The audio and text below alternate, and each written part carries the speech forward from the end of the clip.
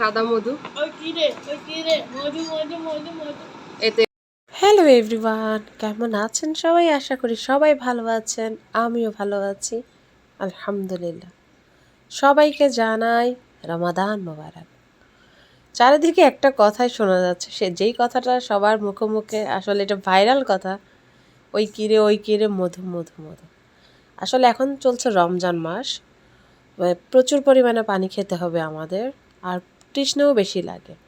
যেহেতু আমরা সারাদিন রোজা রাখি, আমাদের মুখের স্বাদটা ঠিক থাকে না, তো সেই ক্ষেত্রে দেখা যায় কি অনেক ফল ফ্রুটস খেতে ইচ্ছে করে বা খেতে হয়।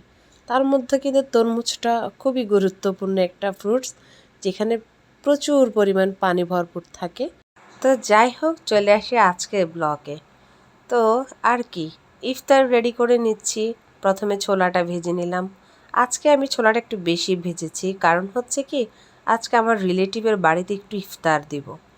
সব কিছু বাহির থেকেই কিনে দিব, জাস্ট ছোলাটা ঘর থেকে দিব। কারণ আমার কাছে বাচ্চা আছে, তো বাচ্চার জন্য আমি সব কাজ করে আসলে সময়ের সাথে কাভার দিতে পারি না। আর এরপরে সেহেরিতে খাওয়ার জন্য একটু বেগুন ভেজে নিচ্ছি।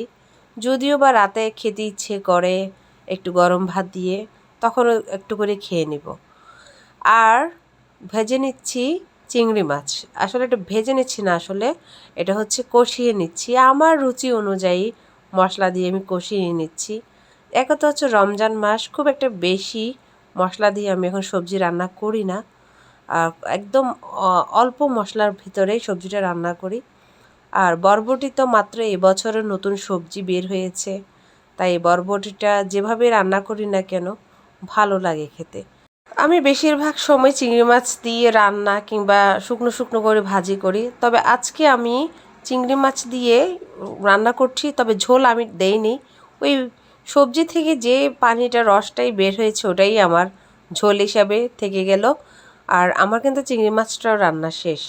বেগুন ভাজাটা প্রথমে করে নিলাম, তারপর হচ্ছে চিংড়ি মাছ দিয়ে বেগুন রান্না, সরি, বরবটি রান্নাটা করে নিলাম। এরপর হচ্ছে আমি একটু সামুদ্রিক মাছ রান্না করব। সামুদ্রিক এই মাছটার কী নাম আমি আসলে এক্স্যাক্টলি জানি না। কেউ বলে রিটা মাছ, কেউ বলে তিন কাটা মাছ, কেউ আবার বলে ঘোড়া মাছ। আরে যে মাছ হোক না কেন, আমি সামুদ্রিক মাছ হলে খেয়ে নিই। আর এই মাছের ভেতরে কিন্তু মার্বেলের মতো ডিম আছে, আর আমার রান্নাটাও শেষ হয়ে গেছে। চলে গেলাম ইফতারি করতে আলহামদুলিল্লাহ। আজকে সাদা মধু আনছি।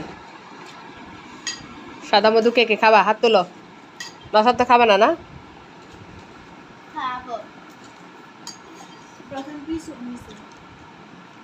প্রথম পিস নিছে। ইফতারের সময় আজান দেওয়ার সাথে সাথে আমরা টেবিলে বসে যাই। আর আজান দেওয়ার সাথে সাথে আমি আসলে বসি, কারণ আমি অন্যান্য কাজ করে থাকি, সেই জন্য। বাচ্চারা আরও আগে থেকেই বসে থাকে, অপেক্ষা করে কখন আজান দিবে আর কখন তারা ইফতার করবে। আর যে মধু মধু নিয়ে চারিদিকে এত তোলপাড়, সেই মধু আজকে আমার বাসায় আনা হয়েছে। কাটার পরে দেখেছি ওটা সাদা মধু। মানে তরমুজটা এমন সাদার সাদা, মানে কি বলবো, এটা দেখতেই পাচ্ছেন। আমার খেতে ইচ্ছে করছিল না, সবাই খাচ্ছে, তারপরও এত বড় একটা তরমুজ না খেলে একটু ওয়েস্ট হয়ে যাবে। তারপরও যতটুকু পারি খাবো। আমি ভাবলাম যে ইফতারের পরে আমি ওটা শরবত করে, মহব্বতের শরবত বানিয়ে খেয়ে ফেলবো, তাহলে খাওয়া হয়ে যাবে। আর বাচ্চারা যা খাচ্ছে খাচ্ছে। এরপরে তো আমার রেগুলার খাবার থাকবে চিড়া। আজকে দই চিড়া না, এটার মধ্যে আজকে আমদুধ দেওয়া হয়েছে। আমদুধের কালার কিন্তু সবসময় গোলাপি রঙেরই হয়ে থাকে, তাই আজকে গোলাপি গোলাপি চিড়াটা লাগছে। কিন্তু বিশ্বাস করেন, খেতে এত মজা হয়েছে। এরপরে আমার প্লেটে আমি ইফতারে নিলাম।